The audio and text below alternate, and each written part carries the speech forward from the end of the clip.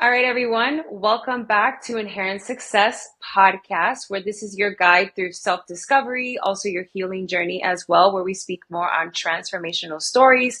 And this is all different backgrounds, business owners, coaches, healing, wellness, fitness, all of the above. And on today's episode, I have my good friend, Lauren Colletti. Welcome to the show, Madame. Thank you. I'm so excited to be here and I'm excited to be here. Thank you. Yeah, I'm excited to hear your story and get to know you a little bit more. For those of you guys that don't know, Lauren is a friend of mine. We're currently going through a leadership process, so a leadership workshop that has been such a huge part of our lives, like these last couple of months, to be quite honest, just super transformational. So I met her through there. We were actually in the same group. We had our group, our first weekend in that leadership process, and we were in the car and we were going back to the hotel, and we had such a beautiful conversation, and we clicked. We're both moms. She's a mom, she's a doctor, and it's just like her story is just amazing. I can't wait for her to share it with you guys. Yeah, I'm super excited. I agree. We really connected just about being how motherhood has like transformed us, but also this other layer of yes, we are moms, but we also have other gifts and other desires for our lives. And also just how do we fill our cup up and how do we continue to feed into us while we're also feeding into our families. So yeah, we definitely bonded for sure. Yeah, no, 100%. I mean, anytime I meet someone and they're like in their motherhood, and I'm just like, girl, like we're just always like, oh, I get you, I get you. Like we get each other so well. Just because motherhood is not easy. I think Twyla said that, our friend Twyla, she was like, it's a different kind of hood, and I'm like, oh, girl, it really is. It's so true. But you know what? It's messy, but it's like a beautiful mess because it's never perfect. Yeah, like it's never perfect. We are not perfect at all. And there's no manual at all to be, how to be a parent. It's just do the best that you can and love that little human the best to your ability. Yeah, I think for me it's show them love, like show them give them your time and your love. And to me everything else is secondary. And I think what I really learned and embraced was the act of repair.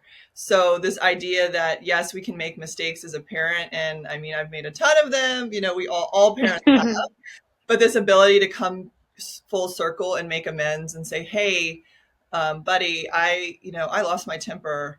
I should not have acted that way. And mom's going to work on, making sure I can take a deep breath or, do something different next time. And then just telling them how much you love them. And that's been really a saving grace for me, being a very perfectionistic and kind of hard on myself. And also in this space of mommyhood, it's always this lack of feeling enough. Like, am I doing enough for my kids? Am I showing up enough for them? Mm. And just showing up enough for everyone in our world, right? And so we can really, really come from this place of lacking versus a place of power and love and imperfection. That's beautiful, right? And they need to be able to see that they don't have to be perfect. That's not the expectation in life, right? So Yeah, it's been a big learning for me and embracing. yeah. Absolutely. Yeah. We'll definitely talk more about motherhood too in this episode, because it's not the only thing that we are, but that's just part of who we are, being a mother, aside from like all the other amazing things that you do Absolutely. as well. Yeah. And you have three children. I Mhm. only have one, so I can imagine three, girl. Yeah, So it's I give you wonderful. props. I'm in it. It's wonderful. I mean, I did not. I knew I always wanted to be a mom, but I didn't know I would have three in this order. I have 11, 7, and 5 year old right now. So we're honestly, I feel like in just the sweet years, it's just really a beautiful balance with everyone. So yeah, it's pretty magical right now. So I'll take it. And those are the years. I mean, five, yes, but like 7 and 11, like those are the years when they're like really learning a lot about themselves and like their identity and like what do they like and what they don't like for real, for real. I know 10. I know like from like 9 to 10, even like 11, my son was like in like this roller coaster of, I mean, now he's 15, he's a teenager, and he finally, after so much talking and conversations and supporting him, because that's really important. Being a parent is supporting your children. I know I didn't have that growing up, but like for me, like I knew that once I had my kid, I was like, I'm gonna do things differently. And just supporting them in that transition from being a kid into Right. like the hormones and becoming an adult, and like that's a different ball game. It's like hard, but I think when you support them, it helps them a Yeah, lot. the oldest is a girl, so we're definitely dealing with just hormones and ups and downs and transitions and like highs and then lows. And so it's really just me taking a deep breath and try not to react or meet her where she is at is emotionally, and try to just help ground them, because yeah, it's just so much for them to have to process and encounter and navigate with their still very developing brains. So Yeah, and also too, we get to learn to kind of like let them fly. It mhm. took me a while to just like let him go and let him make his own mistakes. And because, yes, we want to protect them, but we can't protect them all the time because then they won't be able to learn. So like I know my boyfriend would be like, just let him learn. I'm like, no, I just Yeah, let me I want him to flap his wings but not fly yet. you don't want them to get hurt. You want to protect them, but in Yeah. reality, it's like that act of overprotection is really not serving them, because you want them to make Right. mistakes. You want them to shine in their unique ways in your home, so that then you can teach them and pick them up when they fall. And life is uncomfortable, and there's lots of struggle as well as lots of amazing joys too. And so that is something that, if we were to go kind of, for me, my childhood experience was a loving family, but very much expectations of doing a certain thing a certain way versus allowing my light to shine, right? And that is something that I'm really Mm. aware of in my kids, is being emotion, let them have all the range of emotions, but also let them sort of develop their own unique person inside of them, versus trying to kind of mold them into who we think they should be, or we think society wants them to be, right? Versus who are they Hmm. inherently, when they were created and born, right? And that's a challenge, and something I'm constantly checking in on myself with, right? It's like, am I trying to control the situation, or am I allowing them to just be who they are? Yeah, and when you say expectations, you grew up with certain expectations. Like, talk to us a little bit more about that. Like, how was it for you growing up in your family? Yeah. So I mean, I'm the middle child of three. I grew up in Houston, Texas, and my parents were very present and loving, but I was definitely, I was basically neuropsych eval at three. My parents did not know what to do with me. I was very much a bright light, spirited kid wanting lots of attention and love, right? And they just didn't know how to do that. And so, while also my dad's a neuroscientist, my mom's, so there was a lot of just achievement, and whatever we did, we needed to be the best and it needed to be perfect. And so that was just kind of an inner story that I kind of adopted very early on, that there was kind of something Mm. wrong with me, right? Like there was something that needed to be fixed. I was too much, right? I couldn't be handled. And then it was this idea, okay, that's fine. But now I have to just achieve and get the best grades, be the best. I was a very competitive soccer player. So be the best soccer player, doing all these things and achievements. And that was really a way for me to feel safe, to feel accepted and loved at home.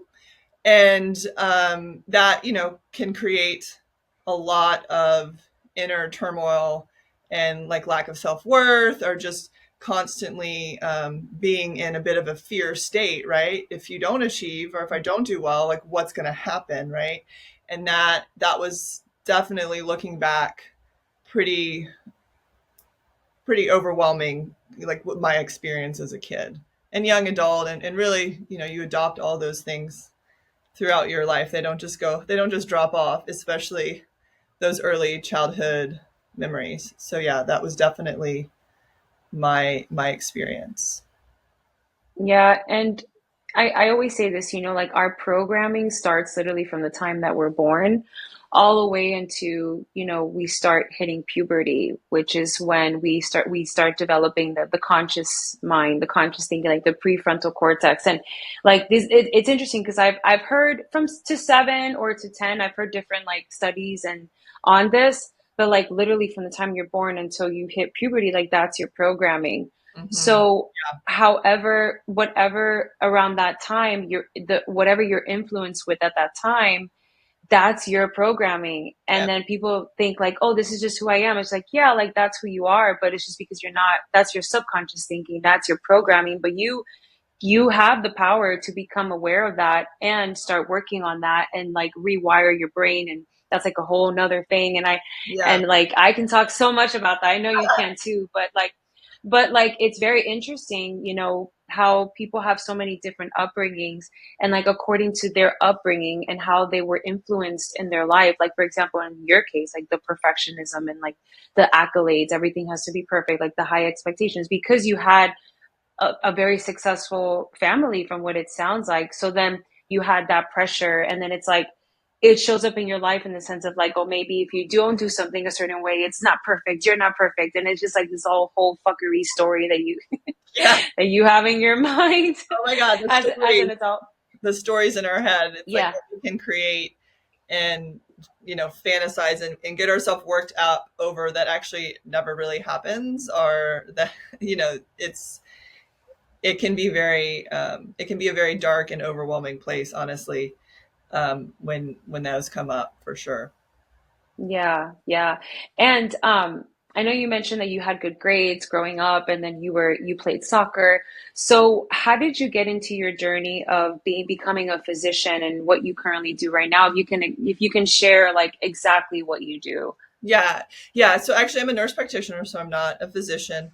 Oh, okay. It's okay. The plan was to go to med school because that again was that was the expectation, right? And when I think I graduated from college. I was pre med. I went to a very competitive undergrad that was one of the top med schools in the country at Washington University in St. Louis. And so the plan was for me to go to med school there, or somewhere around there. And when I was applying for med school, I really just had this aha moment that I knew that at some point I wanted to be a mom. And I really spent a lot of my early teen years and in college even babysitting and nannying, and I ended up babysitting because of just the world that my dad in academia and medicine. I ended up babysitting a lot of physicians or scientists kids, and it just felt like they were always so busy and never around. And I really felt at that time at 20, 21 or 20, I think I was 22 at the time, like I didn't want to have to go through all that schooling to then potentially have to choose between being a mom or being a physician. And that's when I learned about the role of nurse practitioner, which is an advanced practice nurse. So nursing overall is a very holistic field, which actually really resonates with me a lot more. So holism meaning looking at the person as a whole being in an environment, right? So we are not separate from our environment, right? So whatever we do as far as care or medicine needs to take into account the whole person and in the environment where they're at, right? And so that's a really foundation to the nursing model. And then as an advanced practice nurse, I go back to get more of the medical model with clinical rotations, etc. So there's two separates. It actually ended up taking me about 6 or 7 years to finish because of I got my nursing license, I got my master's in public health, and then I went back for my nurse practitioner. So it ended up taking probably about the same time initially, but Yeah. I felt really called just because I did really really want to look at someone as a whole person and not just the medical, the lab work, the diagnostics, and not necessarily taking into account that whole person. So I got into medicine. So I got my nursing license, and I hadn't really had any exposure to the hospitals or sort of the medical system. And so when I got into nursing, I and got into the hospital, I was very quickly alarmed and shocked and frankly disturbed at the hospital environment and how people weren't necessarily treated. It's hard to explain because there's a gamut, right? With any profession, there's excellence and then there's not, right? And what was overwhelming to me is just how busy everyone was and how the individual really wasn't cared for and connected with and listened to. And that really hurt my heart because I'm a very sensitive, empathic person with such a big heart. And so to see that, and also just even those who wanted to, many of the nurses, want to be able to connect in that way, but they're just so busy. They have so many patients and so many things that they have to do that they're just unable to. And in that environment where you're that pressure cooker, where you're constantly giving, there's just going to be a lot of burnout. And with that is people just sort of becoming hardened, not, you know, jaded, really negative. And that just really opened my eyes. It's like, do I want to do this? I really want to keep people out of the hospital because in my mind, my hospital Hmm. experience, although I worked in ICU, I worked cardiac, I worked post-surgical. So I worked a lot of different floors or different types of hospital care. But I just felt like if we can keep people out of the hospital, that's what I want to do. And so that's really what kind of led me down this path of sort of integrative functional medicine. This is what I do now. That's amazing. Yeah, and it's it's very interesting how I mean, I'm not as knowledgeable as you are, of course, but from the outside looking in as to like the whole medical aspect, like hospitals and how patients are treated, how people are treated. And, I've seen it, like I've seen it myself. Like there are times where, in the emergency room, like when I've taken my son when he was really sick, like the doctor just comes in, checks him, oh, you have this, and bye. And I'm just like, wow, like you observe those things. You think like, wow, like people, some people just shouldn't be doctors because I feel like if you're a doctor, first of all, it takes a certain type of being to be a doctor because the things that you see, of course, but if you're going to be a doctor, I think that what's the most important thing is to have the mindset that you have is just like really caring about the patient, right? And at the end of the day, ultimately, what it is, and it's a huge topic that has been going around with like pharma and like all these things, like the money chain and all that stuff, like people being sick and people like health and wellness not really being promoted from doctors. Like it's just like, okay, you have this condition, instead of figuring out like why, like how are you eating, like encouraging the person to live a healthy lifestyle, they're just like, here, take these medications. Although there are certain conditions where people can benefit from medication. I'm not knocking it off completely. It's just, it is what it is. But just really looking into that field and thinking like, wow, like so many people can heal and be better and be prevented from going to the emergency room or going to the hospital from taking the holistic approach. Is that the reason? Is that like the biggest motivator and that big, like, what was that pivotal moment when you're like, okay, I need to do my own thing?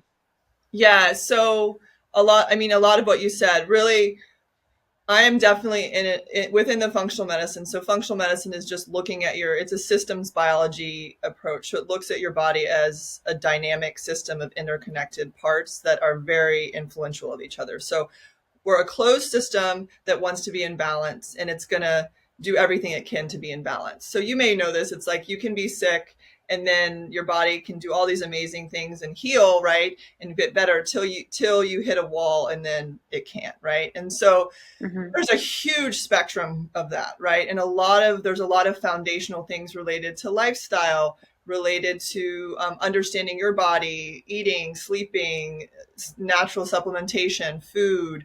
And that is really where we should focus when we're talking about prevention and chronic disease management. What I'm not talking about is acute care. So as a country, the US is still top when it comes to if you're in a car accident or need an emergent surgery, this is the place you want to be to get that care. And that is amazing. We have the most technology, we have experts in the field when it comes to emergency medicine and, surgical interventions. But that's really a very small piece of the care and the needs of our country, right, and of our world. People need to know how to eat. They need to know how to manage their stress. They need to know how to support sleep. They need to know how all these environmental and lifestyle factors impact their health and really understand it so that they can do it and live it. And that was really a Mm-hmm. motivator for me. I wanted to keep people out of the hospital. I also wanted people to like understand what was going on and be able to get the tools they needed to take care of themselves, right? We have we are the experts of our own body, right? I'm not the expert of Mm-hmm. like I am not, Yeah. I don't know every ins and outs of you. If you were my patient, we would spend a lot of time getting to know each other, and I would understand your history from when you were in your mom's womb to now, and that gives me so much information on how to support you. So I think it's what really lights me up is just under the personalization of what we do or what I do in functional medicine. And it's not about absolutes. It's not about we're never going to have on medicines or we're never going to go for a surgical intervention. It just is personalized. It's based on what's going on for you and also focusing on what I call the low hanging fruit or working macro and in, right? If we focus on all the little symptoms and try to band aid those, we're really missing out. We're missing the forest for the trees, right? Like we really are missing out on a lot of big things that are probably that we can adjust or correct that oftentimes the symptoms vanish. Whereas our medical model now is really focusing on medications as the first line for everything, right? Whereas we know medications and surgical interventions should be the last resort. And that is to me the huge mismatch and what I really am so passionate about in the work that I do now. And really it's from starting in this sort of medical field that's kind of been my driver, right? For sure. Yeah, no, I love that. And as far as like transitioning from like the traditional, medical aspect into the more like functional medicine that you're very passionate about. Because I'm sure, there will be people listening to this and possibly looking into Yeah. functional medicine and how they can, use their skills to help people in a more holistic way, right? And like really starting from the core. And I guess my question to you is that like what was the biggest challenge for you transitioning out of that? Like, did you have any imposter syndrome? Like, was there like fear of what are people going to think of me? What is my family going to think of me? What was like the biggest challenge for you? Yeah, that's a really good question. I think so. I started out working in kind of family medicine, and then I worked in an integrative family medicine clinic, and I worked there for about 8 years, doing a lot of integrative functional medicine, but in a very fast paced insurance based model. And so, where I learned so much, I knew that I really wanted to go out on my own and have my own practice so that I could spend the time and really help people kind of get resolution. Whereas I felt in working that at family medicine, I was, seeing 20 plus patients a day and making an impact, telling them, okay, these are the things you need to do, but really not being able to spend enough time to see kind of full resolution in some of these conditions. And I just knew that I wanted that. And so some big barriers for me were a lot of it is like imposter syndrome.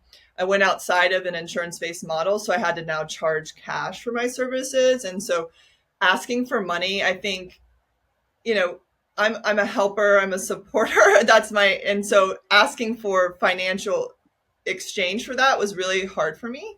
But that was a really good learning and lesson for me to kind of know my worth and to ask for my worth. And that is really the market will tell you, right? If you're charging too much or you're not a good clinician, people aren't going to pay for your services, right? And so that was the opposite, right? started my practice. It was extremely successful. It grew very, very quickly. And I soon became kind of on a wait list and then navigating, trying to see more people, but not wanting to burn myself out. And so I think within a helping field, which I truly don't believe the majority of physicians and nurses, they go into this field because they want to help people. Like that's what you want to help people. But the system doesn't always allow that. And then when financial and opportunities to make an insane amount of money, all this kind of capitalism creeps in, and we're with the recipe of burnout, like we can start making choices and acting in ways that aren't really true to who we are. And I think that's a lot of what's happening in the medical space. I see so many clinicians reaching out, wanting to learn and really learning about integrative functional medicine and how to kind of transition out of what they're doing now to that, because they really want to see their patients thrive and heal and get better. And they're just so dissatisfied with the current model system that they're in. So challenges were for me was just like taking that step and believing in myself and believing in my skill set and my worth. And that was very, very challenging for me. But it's been nothing but kind of rewarding and really being able to work in a way that I feel very aligned with. And now my next step is, how can I impact and help more people without me only being able to see, I can see a finite amount of people one-on-one, right? And that's what I learned about 5 years ago. I was like, okay, I'm kind of maxed out on the people that I can really see one-on-one. And that number, I'm a mom of 3, so I wasn't seeing patients 5 days a week, right? So I think my patients were 350 or 400 patients kind of in my deck. And I was like, that's it. That's all I can do. And I was like, well, I want to help more people. How can I do that? I'm just so lit up when people really start learning about their body, knowing how to take care of it, and then they start feeling amazing. That unlocks something in them that's like literally contagious. I don't know if you've ever, just think about our leadership container and how amazing we felt with unlocking and Yeah. kind of leveling up, and how people see that. People are like, what are you doing? And that's marketing right there. I've never marketed my services because all you need to do is just help some people, specifically women, feel better. And they're like telling everyone, our people are asking like, what are you doing? I want some of that, you know? And Yeah. so yeah,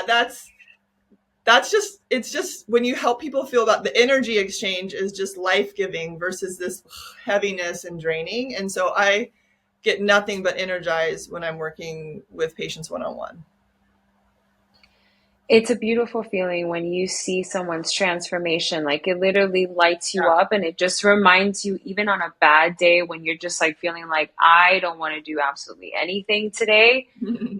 Like you get a message, or when you go into your office and you have an appointment with your client and you see their results and their transformation, just going from like where they started up to that point, and they express how they feel, like, oh, because of you I'm sleeping better, because of you Right. I'm not stressed anymore, because of you I'm active, I have more energy to play with my kids, like I never used to have that before. It's just like those moments just makes everything so worth it, because at the end of the day, our purpose, your purpose, our purpose is much bigger than ourselves. Ultimately, Yeah. that's what it is.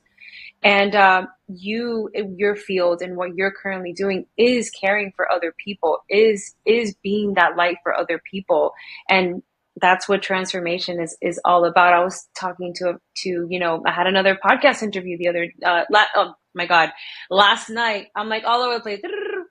But last night I had another podcast interview. We were talking about the beauty of transformation, just Yeah. really seeing that with other people. And it's so beautiful to see. And I guess also too, like my question is, we did talk about motherhood in the beginning and making those transition. How old were you when you had your first son? I was Because you were 30. good in grad school. I was 30 when I had my daughter. My daughter, yeah. I'm 40. I'm 42 now. So, um, yeah, I had my daughter. I found out I was pregnant when I was applying for a job in the integrative like this integrative family practice that I was so excited to Hmm. work for. And like, I had found out after I think I had accepted the job, and then I was taking like a month between starting because had a trip planned, and then I found out I was pregnant, and I was just like, oh, whoops. And so it ended up being beautiful and fine, but it was just, so I ended up early in my career having my daughter. Talk about in healthcare, having children is very challenging because, as a provider, I am the money generator. Like, if I don't work, especially in the insurance bank model, I'm not generating. And so I'm not supporting all of the staff that need to be paid to keep the ship afloat. Mm. So I remember I had my daughter, and then I went back to work after 6 weeks, which was really hard, really, really hard on so many levels. And I went back full time. So I was working 5 days a week. And yeah, you can only imagine. And Yeah. Oh, go ahead. Sorry. All right, guys, we'll get right back into the episode. I just wanted to take a quick break here to share with you guys that I do not make any money on this podcast. My goal and my purpose with Inherent Success is to be that guide for individuals in their self-discovery journey. So if you found any value in this episode, make sure to like, to subscribe. And if you know anyone that could benefit from the episode or the podcast overall, you can share with a friend as well. Now, let's get back into it. I just remember just lots of ups and downs and tears and wondering if I'm doing the right thing. But again, when you have this profession, this calling, and I also have a calling to be a mom. So this is my karma on this earth.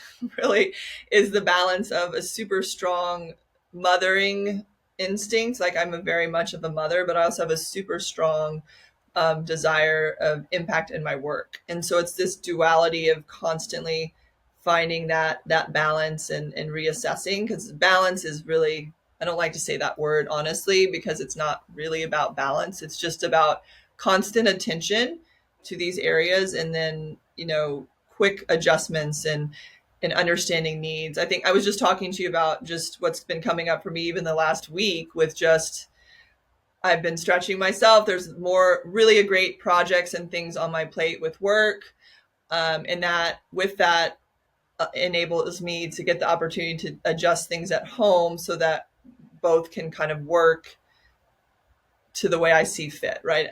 When anything happens Mm-hmm. with the Mm-hmm. kids, like if it's something affecting the family, I think we've talked about that recently, like with this Yeah. opportunity for you, it's like, we can push ourselves or self-sacrifice, not saying that's what we should be doing long term, but when it comes to anything for me that impacts my family or impacts my kids, it's like huge trigger, non-negotiable. Like, we gotta work things out, right?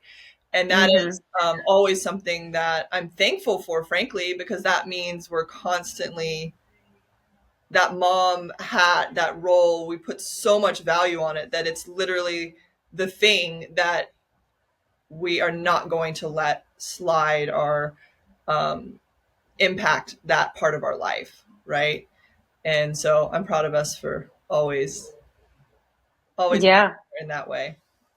Hell yeah. No, I agree with you on that aspect. And to kind of piggyback on what you were saying, is we have been talking about this, like to share with you guys, like I got offered a great opportunity, a new sales position for high ticket sales, and I'm so grateful. It's a great company. My boss is amazing. Like I'm not saying it just to say it, like I really do mean it. And transitioning from, because automatically, like you said, like when you have children, you have a family, you have to really think about your decisions. Like if I was, a single gal with no kids and I was living on my own, I'd be like, whatever, like I'll make this decision, and I'm only sacrificing like for me. Like Right. we get to think about our children. We get to think about our children. We get to think about, okay, like how is this going to affect not only my life, but like my family's life.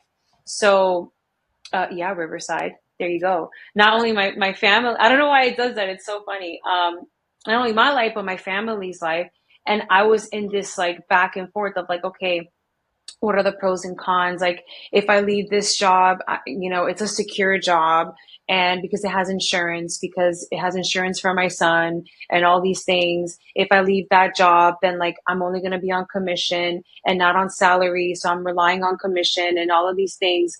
But then, like, also sometimes, well, most times, when it comes to the future, it's like sometimes we get to make these decisions as like a small sacrifice, a temporary sacrifice for a Right. long-term result. And this is also something that I want to bring up as well, and I would love to hear your part on this. I see this a lot when I have a lot of friends and people in my life that they're mothers as well, but their only identity is being a mother. Yeah. And I just want to be a mom. There's nothing, absolutely nothing wrong with that. Just let me get to the point, ladies. Let me get to the point. Don't be offended. But I believe that anyone can do anything that they set their mind to, and everyone has a unique gift, right? And this is what inherent success is about. And I see a lot of mothers that they're like, I can't do this because of my kids. I haven't been working out because of my kids. I haven't started that business because I have kids and I don't have time and all of these things. But Mhm. sometimes, that's the reason why you have kids is because you get to start that business. It's because you get to create a beautiful life for yourself and your family. The reason why you have kids, that is the even more bigger reason why you get to take care of your health and to get to take care of yourself. Yeah. Because if your health is not okay, if your finances are not okay, your children watch everything you do. And I say this so much because I grew up in a very dysfunctional home. There was no safety, there was no security. We moved around a lot. My family struggled. Like, we really struggled. Yeah. And a lot of times, like, people think, oh, I can't do this because I have kids. And it's like, no, that's even a bigger reason why. So I would love to hear like your point and your journey as to like when you were starting, your journey into like functional medicine and having children. Like, how was that experience for you? Yeah, I think, well, I see this because I work primarily with women, right? I do a lot of Hmm. women's health.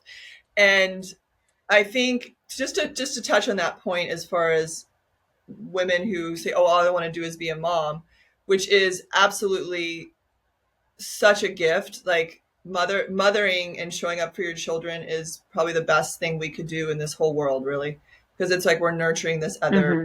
this other being to then impact other beings. Like, if you think about the ripple effect over generations, and we talk about generational trauma and all these things, like the stuff we're dealing with is not just our experiences, it's things that are handed on through generations.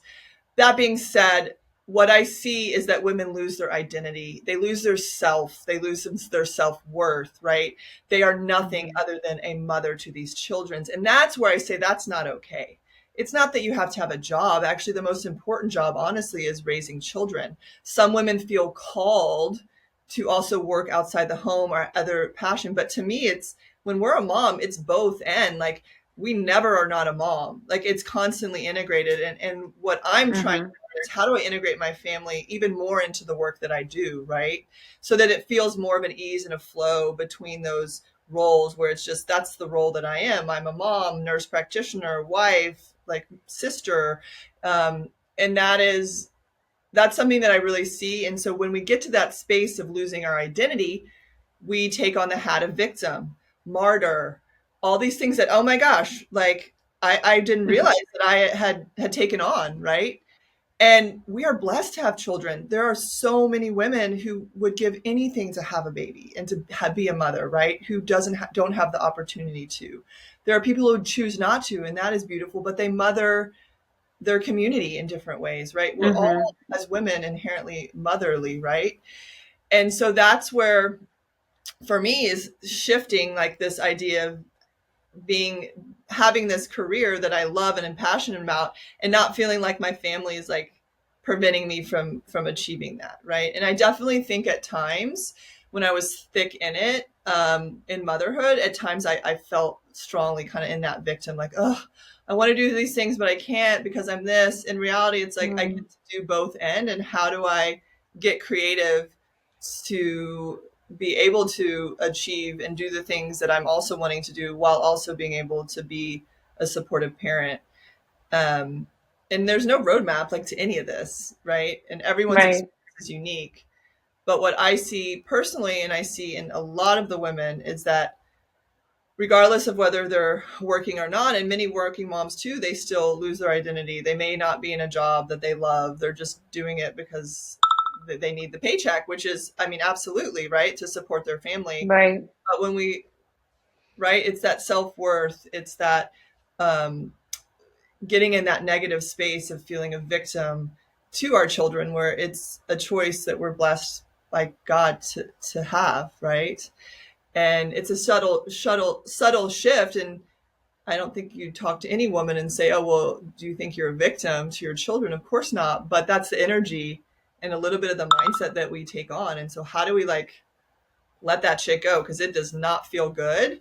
And it totally blocks us from really embracing motherhood and the other roles that we have in our life. Yeah, no, I agree. And there's like there's so much stuff to unpack when it comes to this topic. And no, I agree with you 100%. And being a mother is a beautiful experience. It's a blessing. It's a beautiful thing. And however that may look like to you, and not to bash any moms that are listening to this, because it's a very difficult job also. It's not easy at all. And of course, if you want to be a mother, just a mother, and mothering your children, that's a beautiful thing. But it's true what you say. It's like, don't lose your identity. You don't have to lose who you are. Like, you don't have to suppress, like, let that be your only identity, if that makes sense. Yeah. Because I've seen, I have important people in my life where I've seen that happen too. Like, they just all they tell themselves, I just want to be a mom, and then they put their health last. They put themselves last. And it's like, well, when was the last time you felt sexy? When was the last time you felt energized? When was the last time you laughed and had fun? Like, had fun with your husband. Like, I don't know, it's just like so many different things, and this topic can could go so many different ways. I just ultimately believe that, as women, we're not only just mothers. We can be so many other things. And to me, that's beautiful, and that's powerful as well. Yeah, absolutely. I do. I mean, to just talk more into that, because like I said, in what I do with patients is I work with a lot of women who are struggling with different health issues, right? And oftentimes it's Hmm. been going on for a long time. And I don't know, this is someone asking a question, maybe a little bit of a tangent, but I think it's really important because women in general, we're seekers. We're seekers of information. We're seekers of community. And so many of the women that I see, they have noticed things not going right in their body. Like maybe their hair is falling out. Maybe their sex drive is going. Maybe they've gained some weight, or they're just feeling more tired. Or their periods have really changed where they're like super PMSy or irregular and heavy. And so they go to seek care because women, we generally, unlike men can ignore. Women tend to not ignore things, but they'll go to seek out help, right? And so who do they go to? They go to their OB-GYN or their primary care, and they basically say, well, welcome to motherhood. That's when everything falls apart. Oh, Oh God, yeah. you're anxious, you're depressed. Oh, it's just because you've got young kids, sweetie. It'll get better. And they do some testing and they say, oh, well, everything looks fine. You're like, but no, it can't be. Like, I've gained 20 pounds. My brain, I cannot think straight. I like can't remember that word, or I'm like falling asleep when in the pickup line in the afternoon to pick up my kids. Like, and there's no way it can be normal. And so they end up seeking and not getting care that they need, right? And then they just kind of dismiss, and it's like, well, it's just the way it is. And then you think about how those stories that you play in your, just can be so depressing and defeating, and that impacts your ability to mother, and it impacts your ability with your relationship. I mean, can you have fun and be joyous when you're tired all the time, or you've tried to find answers and you couldn't? Like, no. So this is where I'm so passionate, because this is a story that I literally hear almost every woman that said, oh, well, I went to my primary, everything's fine. I don't know why this is happening, but they say my lab work looks normal. And in the reality is, it's like, well, what are they checking? First of all, they're checking the bare minimum. They're checking to make sure your kidneys aren't failing, your liver isn't failing, and you don't have an acute infection. Well, you'd probably feel even worse, right, if that was going on. So for women, it's like validation, listening, like, you are not crazy. Like, these things are going and happening in your body. Let's find a solution and a plan. And that's through a lot of foundational lifestyle stuff. Like, okay, well, are you eating? Do you wake up and drink coffee and then just go on and then forget? When you start getting hangry at noon, you're like, oh shoot, I probably should eat something. Are we falling asleep? Are we going to sleep? Can we sleep through the night? And so with a lot of we do in functional medicine, when I see patients, is we cast a wide net of like, let's not just look and see if your kidneys and liver are failing. Like, let's look at a full thyroid panel. Let's look at vitamin, mineral levels. Let's look at blood sugar regulation. I cannot tell you how important stable blood sugar is to hormones, to inflammation, to cognitive function, to weight management. And it's in general very poor. Metabolic syndrome is the really the trigger or the root of almost every chronic disease that we are suffering with, right? And we have a food industry that is basically creating highly palatable trash filled with toxins, right, that we are being marketed to and addicted, right? And so how is that interplaying our health? So it's multi-layered, but it doesn't have to be so complicated. And for a lot of women, the first step is finding someone who will actually like listen to them, validate, say, okay. And if it's something that's, I don't exactly know what's going on, like this is not normal, right? I can clearly tell from the story that we've talked and the questions that I answered and the review of systems, like, how's your gut working? How are your periods, right? What's your diet? Tell me what you eat in a day. Do you drink water? Things like that. But we can find the answers, and we start with the foundations really with everyone, because we can all tweak and optimize, me included. Like, I'll still do continuous glucose monitoring 1 to 2 times a year to make sure that I'm eating to support my blood sugar. And it's always highlighting. You can always learn new information about yourself, but you need to be able to get the right type of testing, and you need to find someone who's actually going to listen and acknowledge and have the toolkit, which again, it's not to the primary care, the OB-GYNs, they don't have the same toolkit that we have in functional medicine, right? Yeah. They're limited, and that's okay. Their role is important, absolutely. But we have to also think that they don't have the answers to everything. And so when you don't get the answers you need to look further, because being your own health advocate is important in navigating this healthcare system. And a lot of women are not encouraged to do that, unfortunately. Yeah. Oh my God, Lauren, there's so much to So much. unpack there. So much to unpack there. Like, not only for myself, but also for the audience, because I do, speaking about like making sure that you're going to the right source, right? Right. And I guess this can also go into the topic of social media, right? So Oh, let no, I mean, like, at the end of the day, people are trying to do their thing. People are learning. People are just trying to do their thing and all that stuff. And I just, to me, what I've noticed, there is a trend of like these like young women, right? They're on social media and they're putting things like follow my gut protocol. And they're yeah. just like, I see this a lot in the bodybuilding world when there's, people that are not actually certified. They are just people that have experience, and they do their own research, and they're like, follow my gut protocol or follow my hormonal balance thing. And like, you look at their profile and they're not really like, there's no credentials to support whatever they're providing. And not, this is not to like shame people or anything, because at the end of the day, they're brave enough to create their own thing and to put Yeah. themselves out there. I'm sure that those people, maybe they're like, they have their own source that they're learning from, or maybe they're getting educated. You just never know. Mhm. But like, how do you feel about people that are just going to social media to get free information but from the wrong source, Yeah. like saying, oh, I have oh, I have IBS. It's like, wait, you don't know if you have IBS just because this influencer says she Yeah, has a, you know, you have IBS because of this. Like everyone is so bio individual at the end of the day. So, there you what go. is your point on that? Yeah, Yeah. so we live in like an information world. There's Dr. Google, which everything leads to cancer. Just going to tell you right there. You search it, it's going to say you have cancer, so no need to search. Yeah.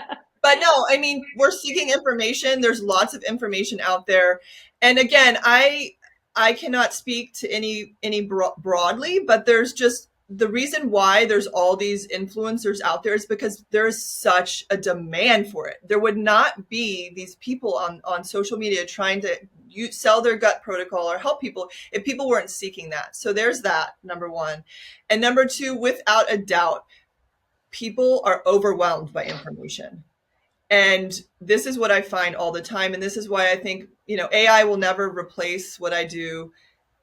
An influencer is never going to replace what I do because at some point you get to the point where you're information overload. Well, I have these symptoms. Does that mean I have Hashimoto's? But then my gut is, I'm bloated, but not right after a meal, like 2 hours after a meal. Does that mean I have small intestinal bacterial overgrowth or SIBO or candida or mold illness or, Lyme or endometriosis? It's like we're trying to self-diagnose. And so really where I feel my role comes in is I'm able to help decipher and kind of quiet the noise and create a directive path that we then are veering together, right? Because again, it's all about, like you said, personalization. There's no one gut protocol that's going to fix everyone's gut symptoms, but it might help a few people, right? And it's clearly helping some. Hmm.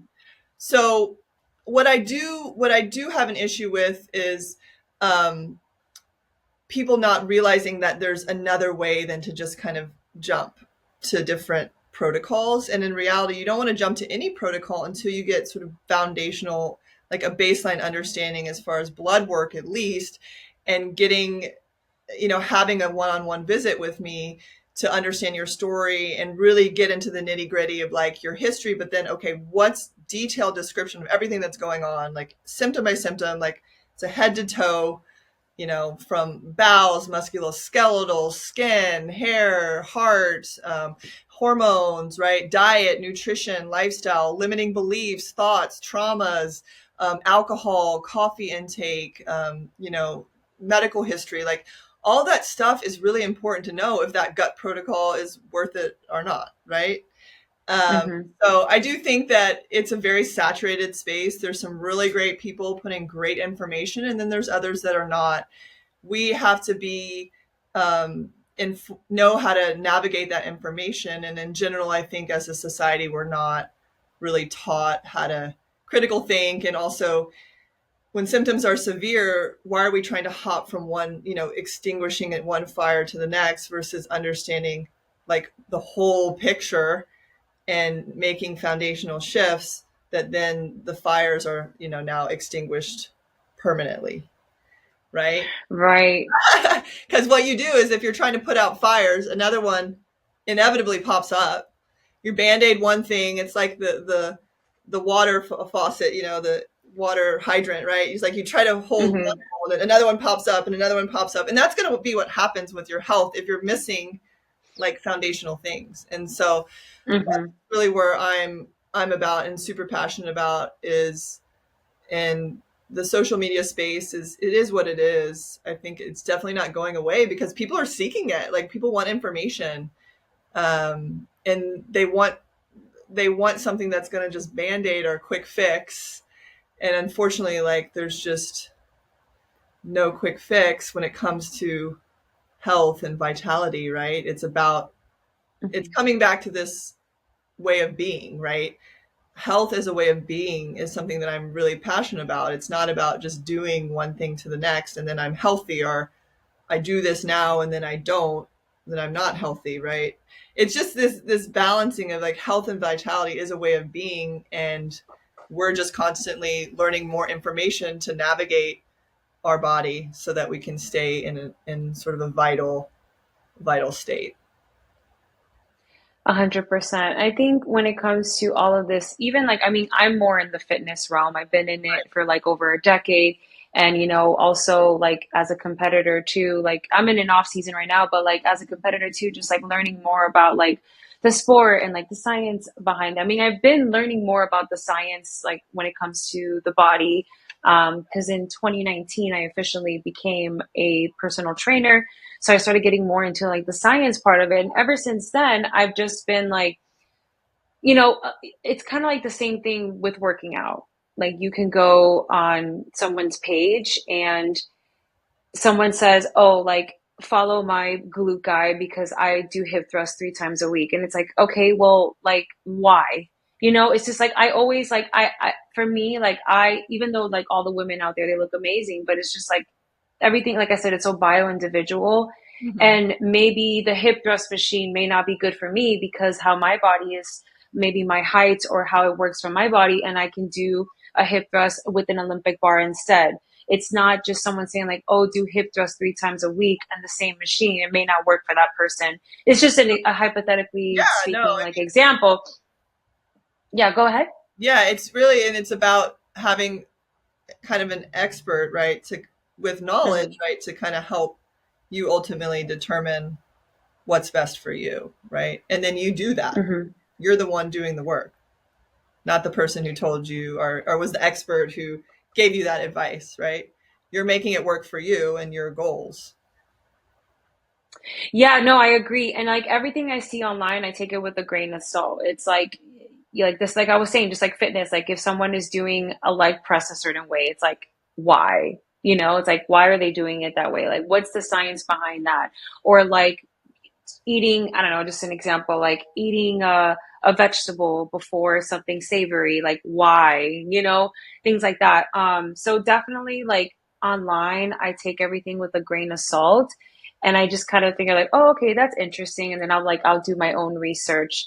Um, but that's like, we can go like another I hour on that, know, but we like, can totally, there's a there's lot so much. to that. And I mean, yeah, there's just so much information, and everyone needs to learn how to kind of interpret it themselves.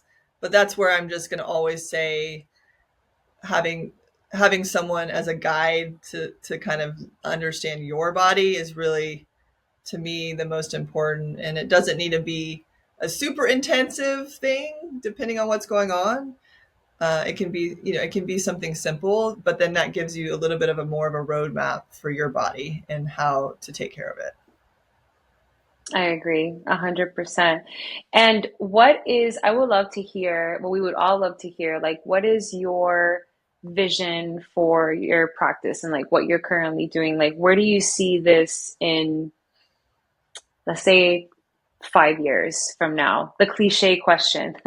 Yeah, no, that's a great question. So I had my own practice, and then I had the opportunity about three years ago. The opportunity came up to become sort of the clinical director at this a wellness center called Alive and Well, which is started out in Austin, Texas. So it's a wellness ecosystem where we have a compounding pharmacy, the nutraceuticals, so all pharmaceutical grade supplementation, and then we have IV therapy, massage, acupuncture, colon hydrotherapy. So we have a lot of different modalities. And so at the time, about 3 years ago, the CEO was looking to add in functional medicine because everyone was going in for IVs and like, well, how do I know what I need? I want to see someone who kind of lets me know what my body needs as far as IVs or other treatments or supplements. And so that's when I decided to kind of move my practice. And so I'm the director, so I see patients and also helping to grow that branch of the business. And so we now have 3 locations, one in Dallas and one in Boulder, Colorado. And Oh, so wow. my vision is sort of twofold. So right now, as a clinician, I'm really looking to get more into community outreach, getting my voice out there, trying to impact people in a different way than just one on one. Because again, my energy is finite and my time is finite. And so I want to make the biggest impact. And I really want to inspire and help people navigate health issues and really be able to transform and heal. And so I'm doing some different opportunities like community outreach, trying to get on podcasts, and then also growing and getting aligned clinicians to join our team so that we can continue to serve serve our community in that way, in that one-on-one way. So I see myself in 5 years really continuing to evolve my practice in a mix of seeing patients one-on-one and maybe speaking. I love the idea of doing sort of collaborative retreats. Costa Rica is extremely close to my heart, so that's kind of a dream of mine of creating some sort of opportunity out there. So yeah, just continuing to evolve and finding the way to make the biggest impact with the largest group of people. And right now I feel like we're doing a really great job, but our capacity is so much more. And that's where I'm really looking to up level, right? That's was a big impetus for this leadership container for me to do it, right? Was me seeing the need to level up that next level for me and refining like leadership and building that confidence of getting my voice, my unique voice out to the people that need to hear it. It's not for everyone. We're not for no one person is for everyone, but there are a lot of people out there who resonate and I want to get my voice out so they can hear it. And Yeah. yeah, so that's kind of where I'm at. So this clinician, director, and then really community outreach and building that aspect is something I'm really, really passionate about. I love it. Oh my God, so amazing. I'm so excited for you. And you can just tell, guys, for those of you guys that are watching or even like listening, you can tell just the way that Lauren speaks, honestly, like the way that you speak and how you're so passionate about, like your passion just really lights up Mhm. about this topic. And that's what we need in this world, honestly. Like we need, you know, physicians, practitioners, like people in the space, like you yourself, that really, really is going to look out for the good of the patient instead of just like seeing them as a dollar sign.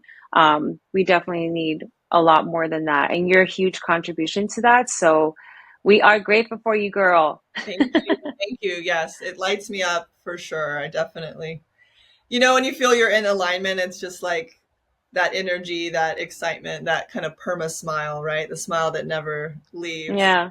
It's Yeah. definitely how I feel when I talk about this stuff. And I can geek out about all the technical medical stuff too anytime. So. Yes, yes. You can geek out with me because like I love to learn about all that stuff for sure. Oh yeah, especially in that bodybuilding space. That's a unique health space for sure. Yeah, yeah, 100%. Yeah, I definitely love to talk to you about that offline.